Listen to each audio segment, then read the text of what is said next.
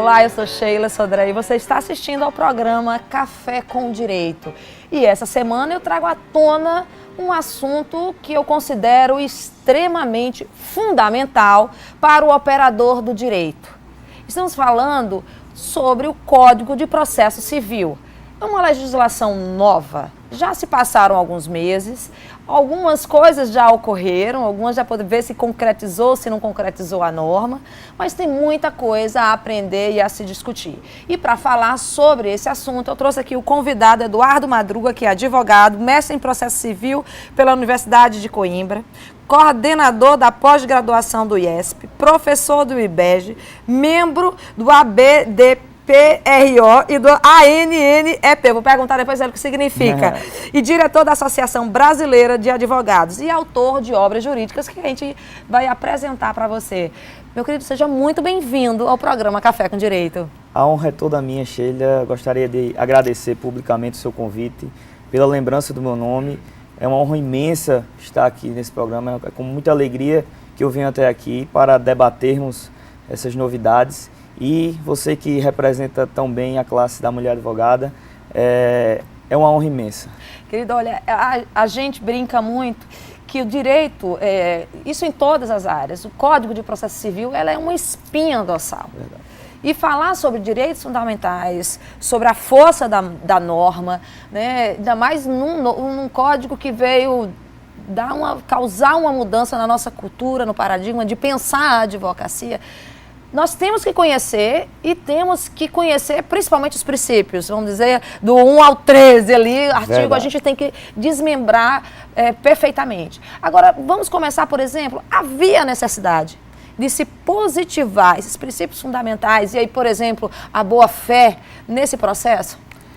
Bem, Sheila, essa é uma temática muito importante porque, veja só, muitas das construções que foram previstas no atual Código já eram construídas pela doutrina com base na constitucionalização do direito, com base na interpretação extensiva, mas como nós estamos diante de uma cultura excessivamente legalista, onde se precisa ter aquilo na letra da lei para que seja efetivamente cumprido, o novo CPC achou por bem, no seu capítulo inaugural, trazer as principais normas que orientam o novo Código de Processo Civil. Isso seguindo uma tendência de ordenamentos estrangeiros, a exemplo de Portugal, que em 2013 agora também teve um novo código e que também estruturou-se dessa maneira, de forma bem mais operável, de forma bem mais didática. Traz um primeiro capítulo, trazendo um rol meramente exemplificativo de normas fundamentais. Nós temos outras normas que estão no decorrer do código, que por não estarem naquele primeiro capítulo não deixam de ser normas fundamentais, como por exemplo as normas que regem o microsistema de precedentes obrigatórios,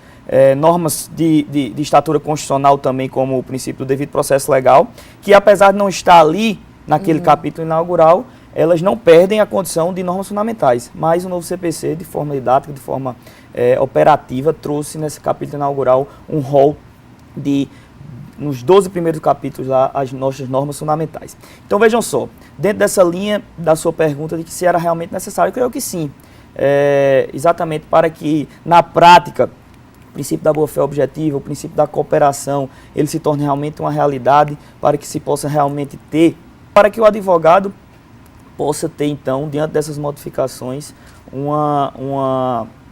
redimensionamento na sua atividade prática.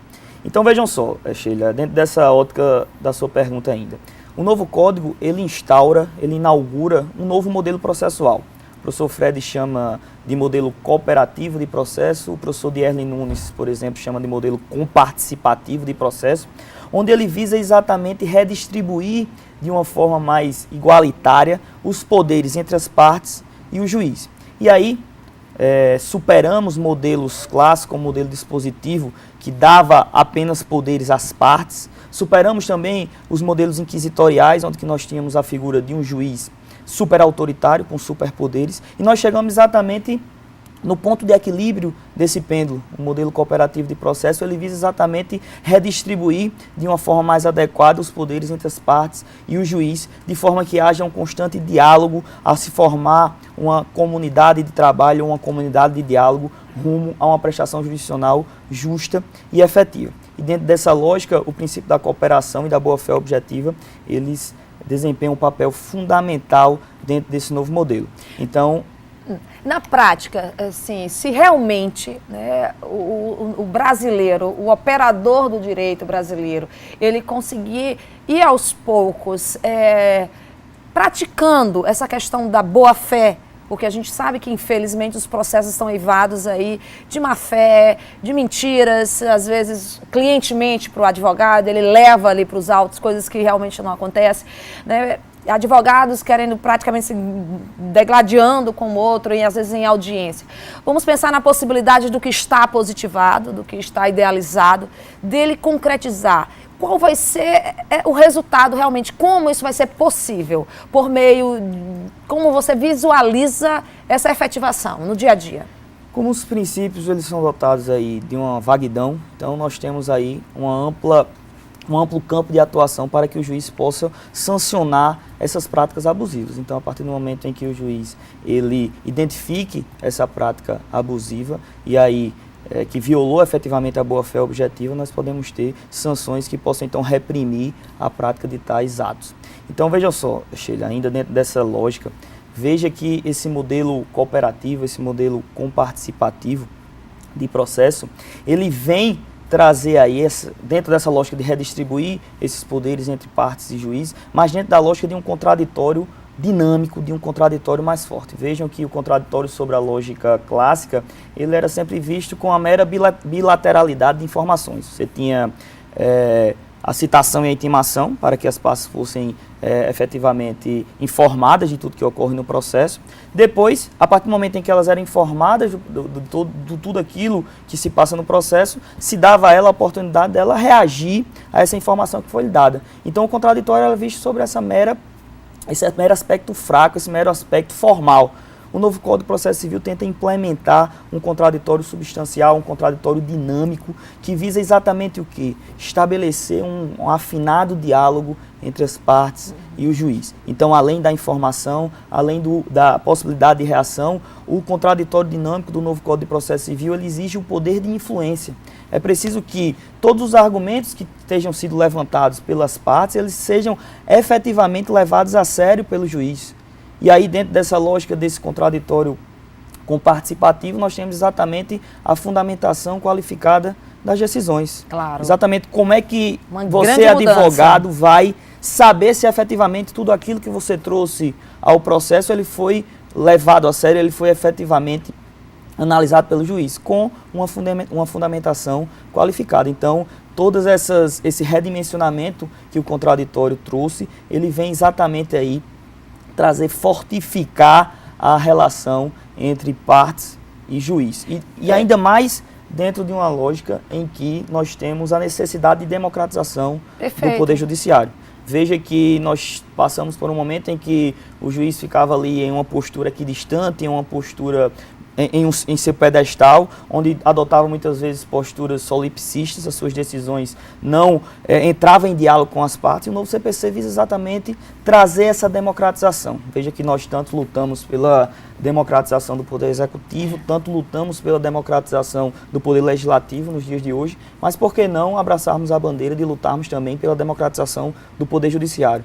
Por que não lutarmos por um Poder Judiciário mais próximo ao cidadão? Por que não lutarmos por um diálogo mais afinado entre partes, entre advogados Estado, e o juiz? Na figura ali do juiz. Realizando esse... Isso que você fala é importante, a gente até pode levar para o próximo bloco, e que num curso recente sobre perícia contábil, participando, essa obrigatoriedade da justificativa passa para todas as peças, até para os auxiliares do juízo, que é o caso dos peritos, em caso de perícia. Então, realmente, esses princípios estão em todo o Código de Processo. Não sai daí, já a gente retorna com mais conhecimento na área do processo civil para você.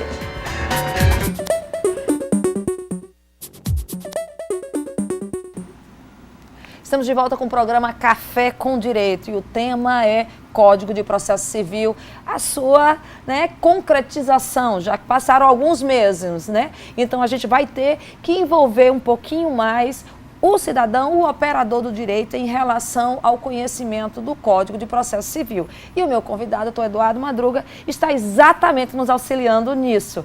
Por exemplo, doutor Eduardo, uma questão que o senhor menciona muito bem, essa questão essa relação tríade entre as partes. Mas a gente poderia dizer que o que aconteceu em relação à paridade de armas? Será se essa questão da insuficiência técnica, às vezes, de um lado, como juiz, como isso, né, pode deixar isso equilibrado? Perfeito, Sheila. Muito pertinente a sua intervenção. Há uma discussão acadêmica enorme a respeito de qual é o ponto limítrofe de atuação do juiz dentro dessa lógica de intervir no processo em si. Mas esse modelo cooperativo de processo, que é inaugurado pelo novo Código de Processo Civil, ele traz sim uma postura um pouco mais ativa do juiz. Existem, durante todo o decorrer do novo CPC, hipóteses onde o juiz pode atuar efetivamente auxiliando o dever chamado dever de auxílio, que é um dos deveres inerentes ao princípio da cooperação. Ele traz exatamente a possibilidade, por exemplo, de a parte, quando estiver com dificuldades de conseguir o endereço da parte ré para realizar a citação, ela pode requisitar o juiz para que ele despache, por exemplo, para uma repartição pública, para um cartório do TRE, para, inclusive, uma Energisa da vida, para que possa obter a informação desse endereço, por exemplo, para que possa, então, realizar a citação. Então, veja que, diante dessa questão da disparidade entre as partes, o novo CPC, sim, traz instrumentos para que o juiz ele possa atuar parificando as partes na relação processual. Outra coisa que não dá para não ter de um especialista no assunto, um esclarecimento, é o princípio que está lá no artigo 10 da não surpresa. Verdade. O que vem a ser essa não surpresa dentro de um processo? A não surpresa, ela vem exatamente dentro desse novo contexto do contraditório. Vejam só, vou começar por um exemplo para ficar um pouco mais didático. Imagine que você instrumentalize uma petição inicial e fundamente a sua pretensão em um dispositivo do Código Civil. E aí, a parte réu se defender, também se utiliza nos fundamentos de sua defesa o próprio Código Civil. Imagine que o juiz, ao analisar essa demanda, ele verifique que naquele caso concreto não é para aplicar o Código Civil, mas na verdade o Código de Defesa do Consumidor. Sobre a égide do CPC de 1973, o que é que o juiz fazia? Analisava aquele caso e dizia, não, aqui não se aplica o Código Civil, aqui aplica-se o Código de Defesa do Consumidor, e de forma surpresa, ele ia lá e decidia.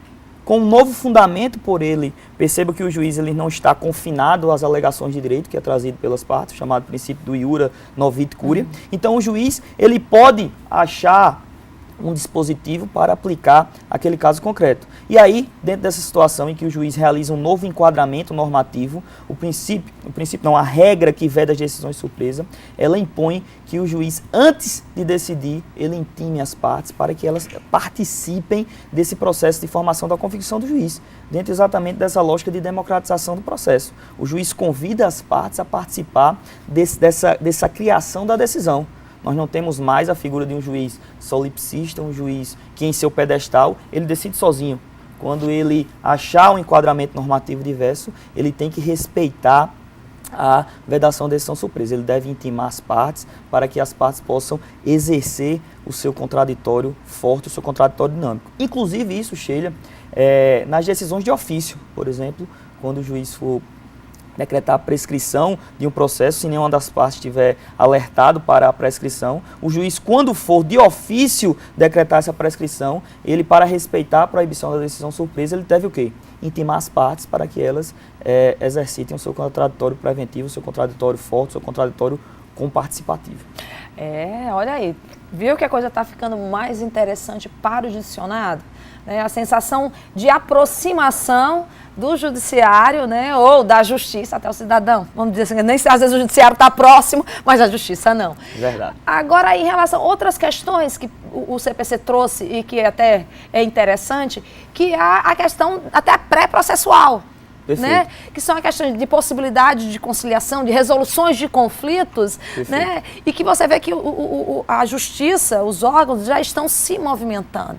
E aí, o que de novo, esse novo CPC realmente ele regulamenta, né? Porque tem algumas leis até que permitiam, mas o que ela vem trazer de novo em relação às resoluções de conflito, até, né, como eu digo assim, sem entrar mesmo na questão ou de esperar que o Estado dite as normas. Perfeito, Sheila. Esse é um ponto crucial. O novo CPC ele adota uma verdadeira política pública de estímulo às resoluções consensuais dos conflitos. Veja que lá no artigo 3º, dentro dessas normas fundamentais, nos seus parágrafos, nós temos exatamente o princípio do estímulo às resoluções consensuais dos conflitos, que nada mais é do que se trazer novos instrumentos para que se tenha essa tentativa de solucionar o caso de forma consensual. E aí, qual foi a principal modificação trazida pelo novo CPC? No procedimento comum, que agora nós não temos mais a subdivisão entre procedimento comum ordinário e procedimento comum sumário, apenas procedimento comum, afora os procedimentos especiais, o novo Código de Processo Civil só traz um único procedimento. Dentro da estruturação desse novo procedimento, ele foi completamente reorientado para estimular as resoluções consensuais dos conflitos. De que forma? A parte, ela não é mais citada para de pronto apresentar a sua contestação. Qual foi a lógica aqui do legislador? Quando você recebia o processo, você ia analisar toda aquela demanda, você constituía um advogado para a sua defesa. Quando você apresentava a sua contestação, você já estava em um momento processual, reconhecemos, Sheila, onde você não tinha mais aquela aptidão para realizar o consenso. Você já estava ali cuspindo fogo e querendo ir para o embate e com aquela cultura duelística que impera na nossa sociedade. Então o novo CPC tenta o quê? Trazer para um momento anterior. A parte ela não vai ser mais citada para contestar, ela vai ser citada para comparecer a uma audiência de conciliação e mediação, que não será presidida por um juiz, mas sim por conciliadores ou mediadores devidamente habilitados para desenvolverem técnicas para que as partes possam chegar a esse consenso. E aí, Sheila, essa audiência de conciliação e mediação ela é tendencialmente obrigatória. Ela só não ocorrerá em duas situações. Na primeira delas, quando houverem duas vontades negativas, quando a parte autora diz eu não quero conciliar e quando a parte ré diz eu também não quero conciliar até 10 dias antes da audiência de conciliação e mediação. Somadas essas duas vontades negativas, não há essa audiência de conciliação e mediação. Ou quando o juiz, ao receber a demanda, de pronto, ele verifica que ela não admite autocomposição. Então, afora essas duas hipóteses, em todos os demais processos, nós passaremos por essa fase onde se tentará tentar chegar a esse consenso. Eu gosto sempre, Sheila, ainda dentro da lógica da conciliação e mediação, de trazer alguns números. Veja só, se nós pegarmos a quantidade de processos que tramita hoje no nosso país, é algo realmente alarmante. Nós temos ali o impostômetro ali na Maurício Nassau, que contabiliza a quantidade de processos, quantidade de tributo que é recolhido no nosso país, mas está em movimento no nosso país também um processômetro. O que é o processômetro? Ao invés de contabilizar... O CNJ tem apresentado esses números gritantes. E, pasmem, Sheila, nós temos uma realidade de um pouco mais de 200 milhões de habitantes para uma realidade de mais de 100 milhões de processos. Cada brasileiro, ao menos, tem um processo. E vejam só, contem aí, cara, o telespectador, Sheila, contem 5 segundos. A cada 5 segundos, um novo processo ele é ajuizado. Então, esses números são verdadeiramente alarmantes. E o novo Código de Processo Civil tenta, por meio desses novos institutos, por meio desse estímulo às resoluções consensuais, por meio de um sistema de precedentes obrigatórios, pela ampliação das tutelas provisórias, trazem novos mecanismos exatamente para que se possa ter um ataque a esses números. Porque, veja, Sheila, se nós compararmos, por exemplo, com o Japão, que tem a metade da nossa população, 100 milhões de habitantes, eles possuem 100 mil processos. Verifiquem a diferença e como há uma inflação de processos no nosso país, como há uma hiperlitigiosidade. Isso significa duas coisas. Uma, que o acesso à justiça efetivamente está ocorrendo. Isso é bom, que o cidadão está se conscientizando, está indo ao Poder Judiciário, mas do outro lado nós temos uma máquina inchada, repleta de processos. Não tem, pensar em números não vai ter condições realmente de resolver ou entregar a justiça a contento. E Perfeito. Deixa de ser justiça. Tá vendo? É muito assunto e você vai permanecer conosco, porque no próximo bloco a gente vai conhecer um pouco mais da obra do professor que aqui está e conhecer mais sobre as atividades acadêmicas. Já já retornamos com o programa Café com Direito.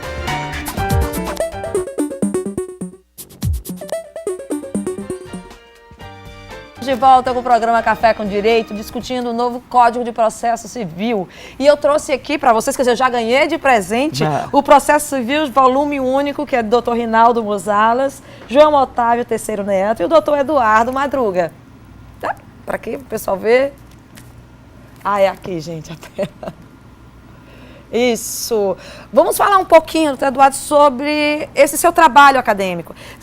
Quantos livros, como é que está novos projetos, como é que está a sua vida em relação à doutrina? Sheila, diante dessas modificações, está sendo bastante intensa. Então, o professor Rinaldo, que já possui essa obra há alguns anos, uma obra consagrada, onde ele consegue condensar em um volume único todas as principais modificações. E com um detalhe, ela é escrita por 3 advogados, o que possibilita uma visão prática sobre o tema. Então vejam só, essa obra, o professor Rinaldo, diante do novo Código de Processo Civil, convidou a mim e ao professor João Otávio para, a 6 mãos, escrever essa nova edição de acordo com o novo Código de Processo Civil, mantendo exatamente a ideia de trazer o volume único. Então, de uma forma direta, de uma forma objetiva, a gente trata aí desde o processo da fase de conhecimento, a fase de execução, a toda a etapa de recursos também, tudo condensado com uma visão prática, com uma visão direta, que atinge também um público do concurso público. Veja que ao decorrer do texto a gente também insere questões de concurso público, inserimos também os enunciados do Fórum Permanente de Processualistas Civis. O que é isso? Anualmente... Vai ganhar muita força, hoje em dia tem uma força muito grande. Anualmente, eu já venho participando dos últimos 4 encontros ao lado do professor Rinaldo. O Fórum Permanente de Processualistas Civis nada mais é do que um encontro de todos os processualistas do país, onde se vai debater o novo Código de Processo Civil. É mais ou menos assim, Chile. Nós temos salas onde se divide cada tema, então normas fundamentais, ação rescisória, recursos. Cada grupo de 10 a 15 pessoas vai ali elaborar enunciados sobre o novo Código de Processo Civil e percebam a democracia que é esses enunciados. Ao final do evento, o evento ocorre sexta, sábado, domingo, geralmente. Ao final do evento, no domingo, se reúne todos e aí se põe a plenário esses enunciados. E aí, se alguém levantar a mão, se por exemplo eu estiver lá, eu levantar a mão e vetar aquele enunciado, simplesmente ele não passa. Ou seja, para que esse enunciado ele seja aprovado, ele não pode ter sequer uma única rejeição. Então isso dá uma democracia enorme a esses enunciados e tende a ser uma visão majoritária da doutrina. Então, vai facilitar para o doutrinador, principalmente em algo que está sendo construído. Perfeito. Porque percebe-se que a importância do ordenamento jurídico, que é um termo assim que a gente vai ter que ouvir muito, né? O ordenamento, você tem questões ali que a gente ainda está construindo. Exatamente. E a gente não sabe ainda nem como vai ser operacionado algumas questões em tribunais. Tem questões que por ser temas regionalizados, tipo ICMS, são decisões que vão partir daqui, que vão estar aqui e que podem afetar várias outras, né, outras situações aí, outros estados até, dependendo da situação. Então, realmente, vocês estão de parabéns, até porque vão ficar na obrigação de atualizá-los, né? É verdade, a gente já está em um trabalho intenso da edição 2017 e provavelmente agora em janeiro a gente já vai ter aí a nova edição e acrescentamos bastante coisa, Sheila, novos entendimentos, novos enunciados, então vem aí um trabalho ainda mais rico para tentar nessa fase de transição trazer aí uma orientação para o operador de direito e para a comunidade jurídica. Além disso, Sheila, para 2017 a gente também está com um projeto que também está para ser lançado, que é de um livro voltado para a OAB. Então, dentro da editora Juiz Pódio também, eu e o professor Rinaldo estamos lançando um livro um pouco menor do que este, exatamente para preparação para a OAB. Então, você que está se preparando para a OAB, que está no 8º, no 9º, 10º período e que já é bacharel e que está tentando passar no exame de ordem, a gente vai trazer aí também um livro de forma direta, de forma sintética, trazer todas essas inovações e com um olhar totalmente voltado para o exame da ordem, com questões da FGV. Então, vai também ser um material indispensável para você que está diante do exame de ordem. Doutor Eduardo, a gente está faltando aqui 2 minutos, eu não posso deixar de falar e de pedir para o senhor falar sobre a nova especialização, é isso? A pós-graduação? Perfeito. Eu estou na coordenação da pós-graduação de processo civil lá do IESP. E aí, Sheila, dentro dessa fase de transição, percebam a importância de você se atualizar no novo Código de Processo Civil. Se aprofundar mesmo. Eu costumo dizer que o binômio PJE e novo CPC, ele está aí causando um furor enorme. Então, vejam só, é importantíssimo nessa fase você se diferencie verdadeiramente. E nada melhor do que uma pós-graduação exclusiva de processo civil. Um grande diferencial da nossa pós-graduação é essa. Nós temos outras opções de mercado em que cumula direito civil com direito processual civil. Lá nós no IESP trazemos uma pós-graduação totalmente voltada para analisar todas essas inovações com a equipe de professores altamente qualificada. O professor Rinaldo, o professor João Otávio estão nessa equipe, o professor Delosmar Mendonça, o professor Arno Santagino, o professor Sérgio Cabral. Grandes nomes, realmente, então, assim, consagrados no nosso estado. A gente está com uma equipe muito boa. E agora em fevereiro nós estamos lançando a nossa segunda turma. E eu gostaria de convidar a vocês, operadores do direito, iremos fazer uma aula inaugural. Gostaria também já de convidá-la. Olha aí, estarei presente, né? E a gente estende a todo mundo, então, esse convite. E eu, doutor Eduardo, só tenho que lhe agradecer. Eu que agradeço. E aí a gente vai deixar o espaço Café com Direito aberto para, em fevereiro, a gente vir falar sobre isso, né? Sobre essa aula inaugural. Com e certeza. já dar uma palhinha aqui de 30 minutos para o nosso telespectador. Então, muito obrigada. Eu que agradeço, Sheila. Pois é, e a gente vai ficando por aqui. Até a semana que vem com mais informação jurídica para você.